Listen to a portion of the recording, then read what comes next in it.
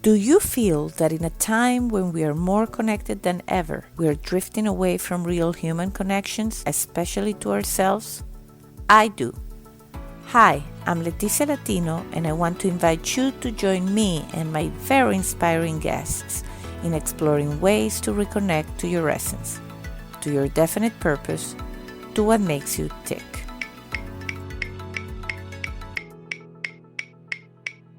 Are you ready? Hello there and welcome to Back to Basics.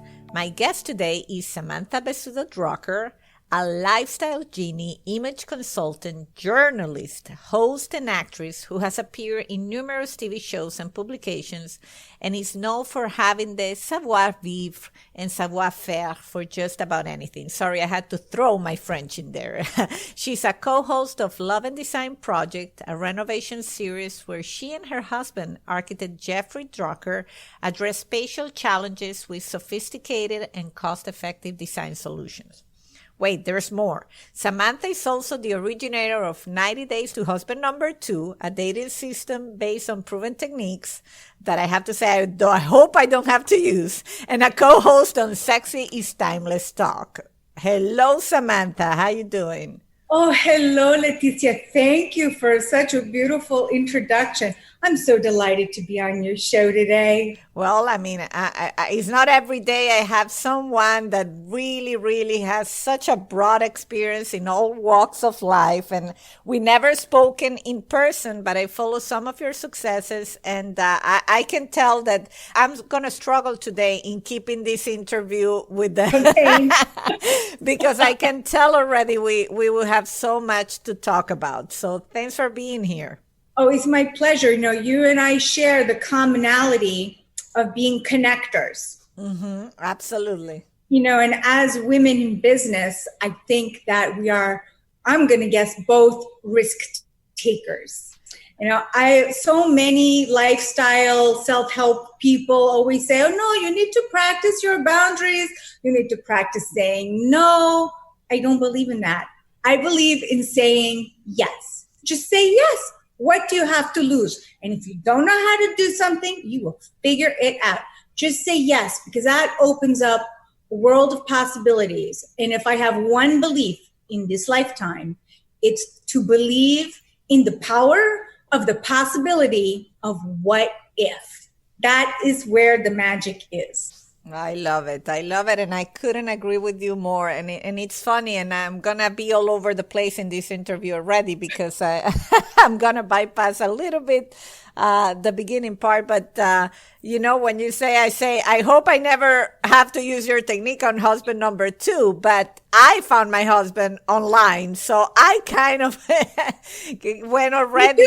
There you go. So I already know the power of just saying yes and go through unconventional methods to find happiness. Yes. And I believe that, you know, there's many different kinds of happy. And when it comes to finding a life partner, it's really about finding the right love and the right partner for you in particular. You know, because there's a difference between love and passion, and there's so many different kinds of love. But that doesn't mean that that kind of love is necessarily going to make you a good life partner. So it's finding the right partner for you. And, you know, I know that my resume is a bit long and it seems like it's kind of maybe very diverse. But for me, I have always seen it as multiple facets, like a diamond, of the exact same thing, which is you living your best life. I love it. I became an image consultant, and I've helped many of my clients get married. And for me, both marriages, my first and my second marriage, happened within 90 days. I found both husbands, and I realized that my behavior was the same. And when I had the success with my clients finding their life partners, the coaching was the same. So finally, I put it into a series of columns, and now a book that is coming out very soon called 90 Days to Husband Number 2. Wow, that's amazing. So tell me about young Samantha. I mean, were you like this from a very young age, very extroverted? Like, what did you like? What were you passionate about growing up? So I was passionate about theater. Hmm. And I was passionate. I guess I was a little diva in the making. But on the inside, I didn't feel that way.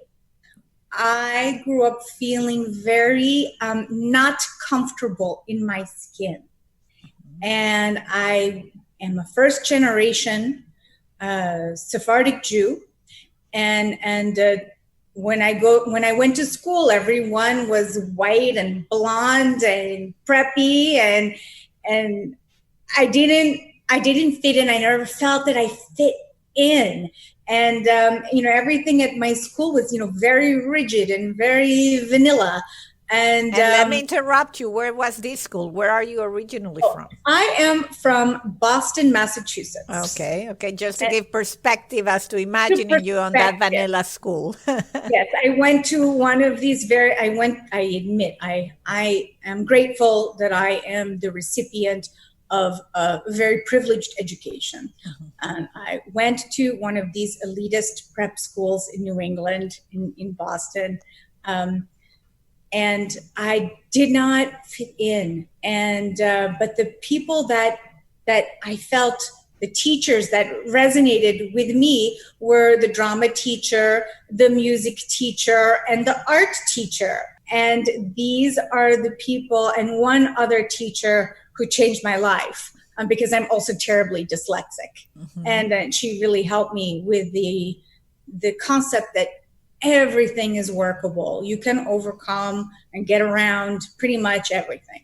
And the work ethic, the idea of discipline, because I always had to work twice as hard, 3 times as hard as all the other kids, because reading and writing and math were just very difficult for me. To this day, I can't spell anything or add 2 and 2 together. Well, so, now everything is workable. Everything is workable. But I never fit in. And so I think that is what led me to be a dreamer and to be a risk taker. And I was always told that I was too short, that I was too fat, that I wasn't blonde enough, all of these things. And so I just decided I wasn't going to pay attention. So I went to NYU, where I studied acting, musical theater, and educational theater. And little did I know that was really going to be a big catalyst for me, and journalism and speech communication. So I use dramatic constructs and entertaining ideas and a sense of humor in my work to share my knowledge with other people, because my goal in life, my wish in life, is through entertaining constructs to help people live their best life. I want people to feel great in their own skin, because I never did. Now I do, but it was a whole journey to get here. So I like to share what I have learned along the way, and my 20 years as an image consultant, my 10 years as a professional dancer. So this was a journey. I didn't just roll out of bed and become a lifestyle genie. It was a process. I've been a makeup artist. I have been a stylist. I've been a personal shopper.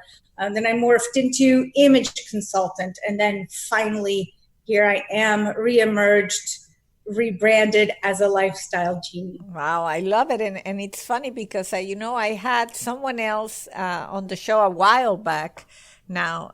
She's an image consultant, but she came from the pharmaceutical world. So something very different. And she shared exactly the same thing you're sharing now, that she, although she's blonde, and the perception of her was that she was beautiful. She didn't feel beautiful.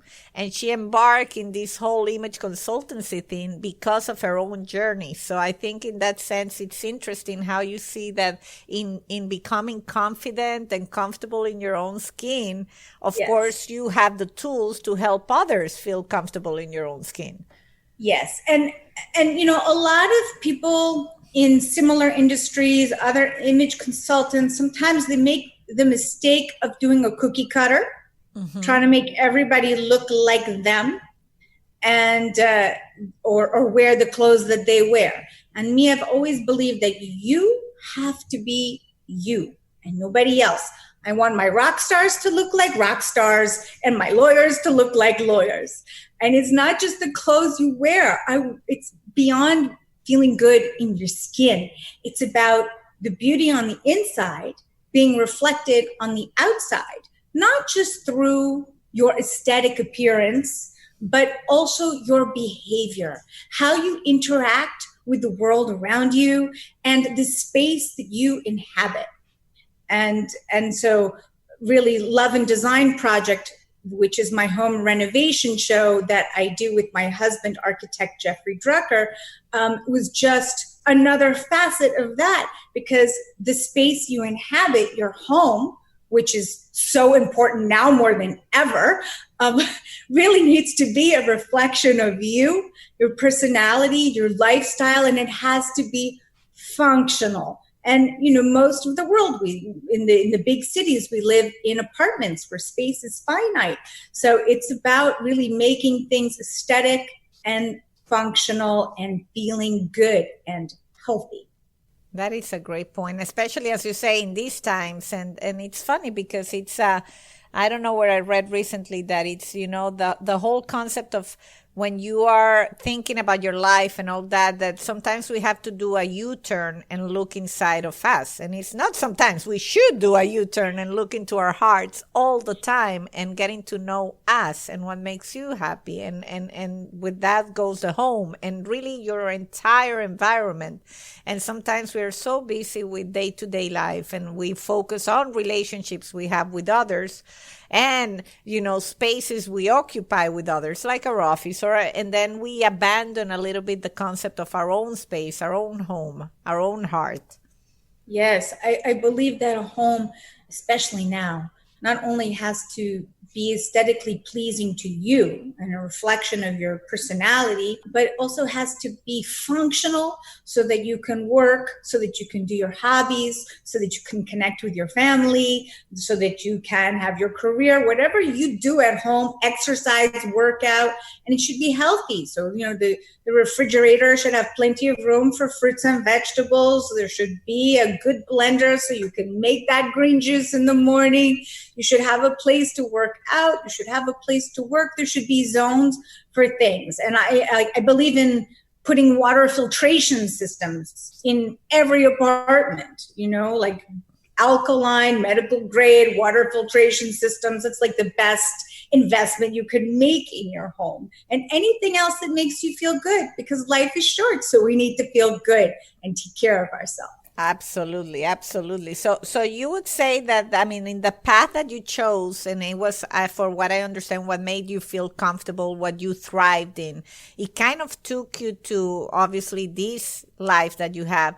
Would you say you feel you were stay connected to what makes you tick within, in a very strange way that you got there, but this is what makes you happy. This is what excites you?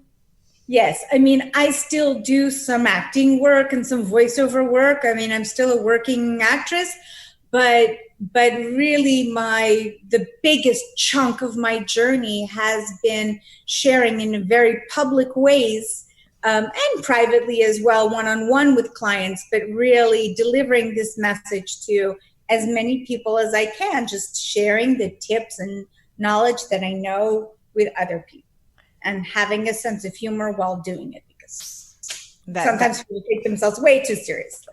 Absolutely. No, that's beyond important. So, but I take it that definitely acting is still something that maybe it's something that you wish to keep pursuing. It makes you happy. Yes, it makes me happy. But like I said before in the beginning of your show, for me, everything that's on my resume, everything that embodies who I am is just multifacets of the same diamond. Like being on your show it's an audience. Maybe I'm not pretending to be a character with you. I'm on here, your show today as me, but you have an audience. And it's being able to share with an audience that excites me. The power to connect with people and share is what it's all about for me. And that's the same when you're on stage. You are sharing a piece of your soul that you have put into a character, and then you're sharing that with an audience. It's kind of the same thing, except that this is more educational, hands-on tips that you can take away, and one is, fiction. That's the difference. I see it because I think we relate in the fact that I feel that you like to inspire people, and that's how I got on the podcast on the first place. Is, in every conversation I had, I could inspire someone. I also had some friends that I introduced them to their, after I met my husband online, I say, you should try it, and I could convince them to try it, to say yes instead of saying no, and be open to the possibility of it happening. And then they found their husbands there, and it felt good. I always say it feels good to make the impossible possible, or to prove to others that the impossible, that thing that cannot happen in a million years, happened just because you were open to it. Yes, I have a client who was very, very shy. He was a techie nerd and really not feeling comfortable in his skin. So I worked with him for about a year. And then I taught him, I didn't set him up, but I taught him how to hunt for himself. And he found his mate, and they have a few kids together. And then several years, 10 years went by, and I reconnected with him briefly. And he was like, Sam, I want to thank you. Because of you, I met my life partner, and we have these beautiful children together, and it wouldn't have happened if it wasn't for your help. I just started crying, tears of joy. I imagine if it's the best feedback you can get is when you make, that impact on someone's life. And that they are open to receive it, because I almost see it as a pay it forward. And I had a few episodes ago we had this episode on pay it forward. Yeah. Someone did the same for me, and maybe one word, one push, one, idea that someone planted in me, and I went and did it and was open to it. And then something magical happened. And so it's almost like that, passing the torch feeling of doing the same for others. Yes. I mean, I think that in the 30 years of my career, being obsessed with this idea of living your best life, and that every person should really have the chance to be in this world the person they want to be. Think how much happier this planet and its population would be if we were all doing what we love. We would all be so much better as people. And it's really about giving people a chance. And so as a lifestyle genie, you tell me who you want to be in the world. You tell me what your goal is, what your issues are, what it is you are aspiring to. And if I can't help you, I will tell you immediately, I cannot help you. But if I can, it shall be done. The genie comes out. As long as you are willing to do what I tell you to do. Well, but it sounds to me that you're making a difference. I know that you also have a column at the Time Square Chronicles called Ask Sam. Yes, I have. I write as Ask Sam for the Time Square Chronicles, and I write as ImageGal for divagalsdaily.com. That's awesome. And so you have people asking you anything. Ask me anything. Okay. Well, I'm just going to ask because I just told you, I think your other project sounds great. But again, I've only been married once, and I would rather avoid finding my second husband. So I would say, ask Sam, what's your piece of advice for people to stay married on the first place? What was your learning point on your first marriage and to try to have a happy union? So my advice is to find the right partner in the first place. Too many people get married to the wrong partner for all the wrong reasons. The partner might be a perfect person, but not for them. And so that's step one. And even then, I cannot guarantee that your marriage will last for an eternity, although I hope it will. But, finding the right partner for you is first. And that has to do with your values, your cultural backgrounds, languages you share, things that bind us and connect us, aspirations. And I'm not saying you should, be with somebody who is identical to you, because opposites do attract. You need somebody that balances you. And in terms of keeping that love alive, that is a constant effort. That is date night. That is what happens in the bedroom. That is the love notes that you text each other during the day, or a special recipe that you make for your husband, or he does something nice for you. And it's about constant appreciation. I tell my husband every day that I love him, that I appreciate him, and he does that for me as well. And that is the constant love, connection, and communication that has to be ongoing. Otherwise, things get stale and fizzle out and die. It's sort of like the atrophy of a muscle. That's why you have to work out, to keep everything toned. It's the same thing. The love muscle works the same way, I love it. I always ask this question. People laugh about me. When I was about to get married 13 years ago now, I read a book about divorce. And I know I've said this in an episode in somewhere. And people, a month before my wedding, I was at the beauty salon and my hairdresser said, "Why are you reading that? Are you crazy?" And I said, "No, I want to know before it happens. I want to be aware. If I don't know about divorce, I don't want this book after I got divorced. I want to before I got I even get married, so that I know where to look for the red flags." And it really was great that I read it, because a lot of things that I could recognize would have been a problem, I avoided them. Just by being aware of where some problems arise. And sure. So I like these kind of questions, because you always, learn from someone that has been there before. Well, both my parents are divorced, so I didn't have a lot of examples to follow, So but I think you hit it on the nail. I got married late. I got married at 34. And one of the reasons was that I dated many people that seemed perfect. I always say I have one boyfriend. At one point I made a list, and every single thing I had on the list was there.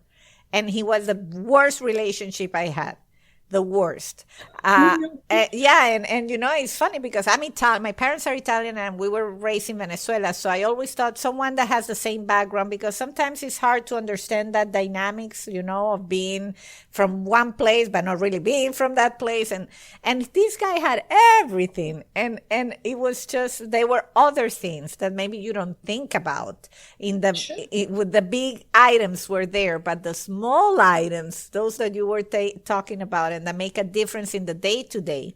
Like, he was a bragger. I don't like a bragger. We would go to a disco. He wanted to bypass the line and be the first in and paint the guy, And I am not that person. I want to get in line and do things right. And so I'm like, this is never going to work out. I cannot be married to this guy. But you did the right thing. I mean, look, life is a journey. We all learn and grow and make mistakes despite our best efforts. And it's what we take away from that. But what you did, which I love, because I always tell my clients to do the same thing, is you made a list. I made a list. Yeah, I still have it. Yeah. Just the second time, my list was different. Absolutely. And I, like you, got married late. My first marriage was at 30, but are you the same person now that you were at 34? Of course you're not. Not at all. You're better, fiercer, wiser, and more fabulous. And I would put a whole lot more things in my list if I was to write it now. Even if my husband has most of them, but there are things you don't think about, but that's I can see that as being a full episode. So giving back is something I want to share with you. So I'm a big believer in paying it forward and giving back. And I have done that in two ways. The first way was, small, casual way. I called up all of my girlfriends who are in somehow related industries, even ones that are in industries that have nothing to do with what we were all doing. But I invited all of my girlfriends to come to my home once a month for a diva tank. Mm-hmm. What?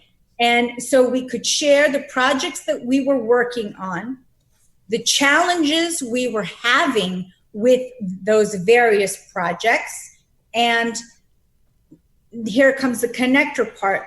How could all of the women in the room, or some of the women in the room, maybe had a solution, an idea, a contact, or the ability to help one of the other women in the group with something that they were working on, so that we as a collective of women who are friends help each other to move up and forward.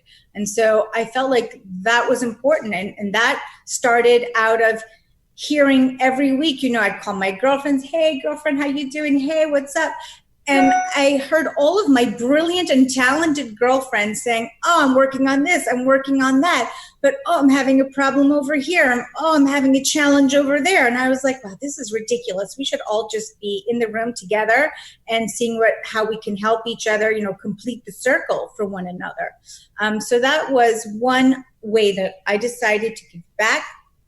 But for many years now, because I am a heart attack survivor. Oh, wow. And I felt that as a professional personality and a heart attack survivor who used to be a professional athlete, my first company was a dance studio. I danced competitively as a ballroom and Latin dancer and, taught lessons. I was dancing 8 hours a day for 10 years. Wow. So I'm not somebody you would think would have a heart attack.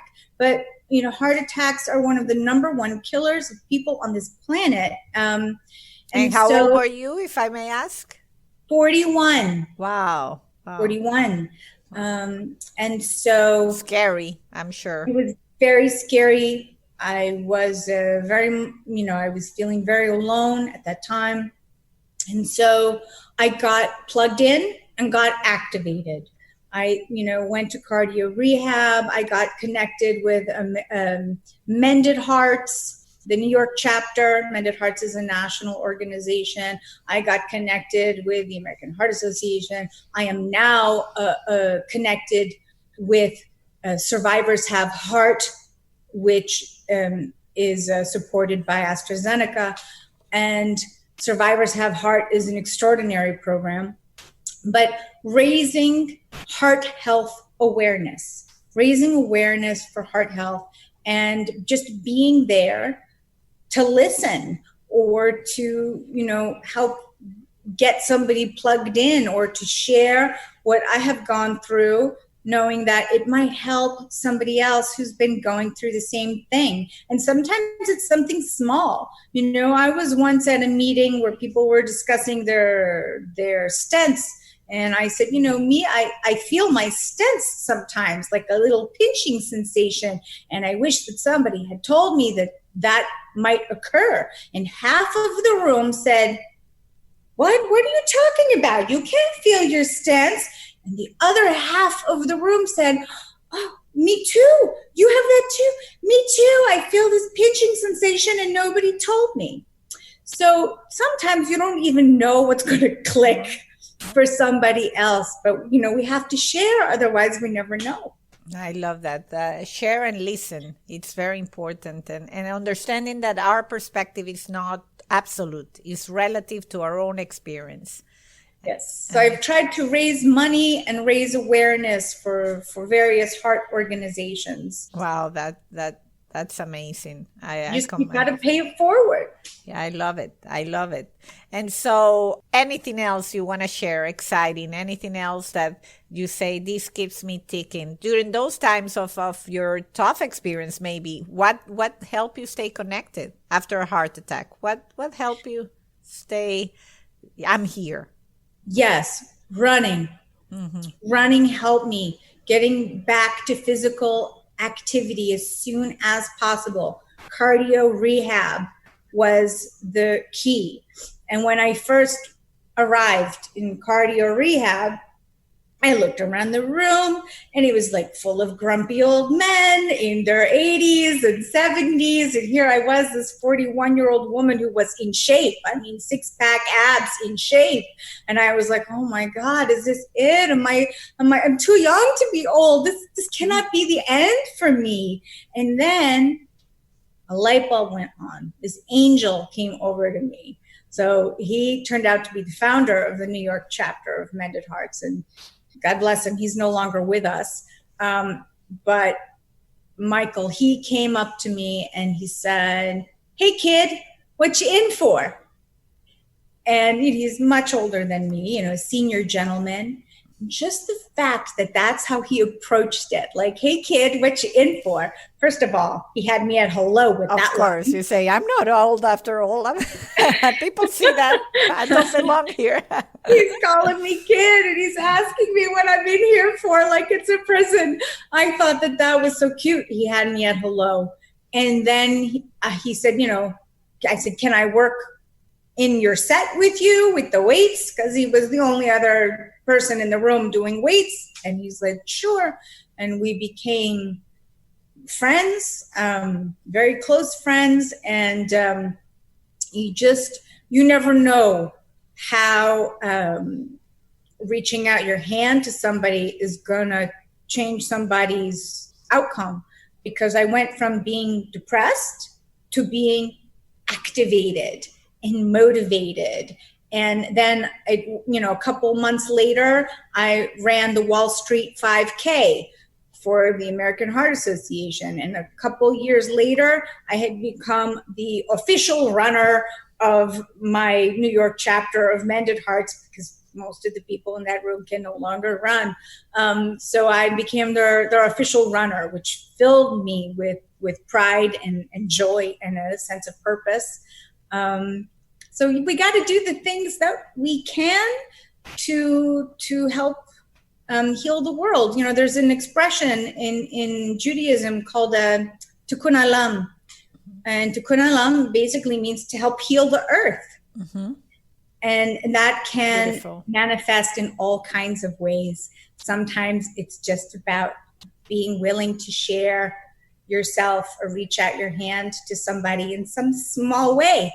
For, like that, it was just that somebody said hello with a smile. And that's all it took. So sometimes you just have to, you have to put a smile on your face and say hello to the world. Yeah, well, I love it. And I love, Samantha, that you were willing to share yourself with us and with the Back to Basics audience. I will absolutely put all the exciting things you have going on our show notes so that people can check you out and see how they can activate the genie maybe in themselves. Thank you so much. Thank you so much. And I really wish you the best of luck, and we'll definitely keep you in my radar because you're an inspiration. So thank you so much. Thank you. You have my links to my website. Yes, I do, but you can say them out loud if you want. Oh, terrific. If you would like to reach out to me, my email is samantha@socialimage.net. My website is www.socialimage.net. And my Instagram is Samantha Bessudo Drucker. And you'll be jealous when you see her Instagram because she has amazing pictures, gorgeous activities and herself. So thank you, Sam, for everything. And you can ask Sam anything through her column too. So anything. And you can also watch Sexy Thomas Talks on Wednesdays, where my girl pals and I have a great show. Absolutely. You should come on the show. Absolutely. I can testify to that. And we had one of your co-hosts, Luisa Diaz, on the show. And I mean, you are all doing fantastic work. So thank you for being amazing women that are breaking the glass ceiling, as they say. This is good time to be a woman. Oh, thank you so much, Leticia. Thank you. Thank you, Samantha. Have a beautiful day. Take care. I'm so grateful to be a guest on your show. Thank you. Thank you. And until the next time.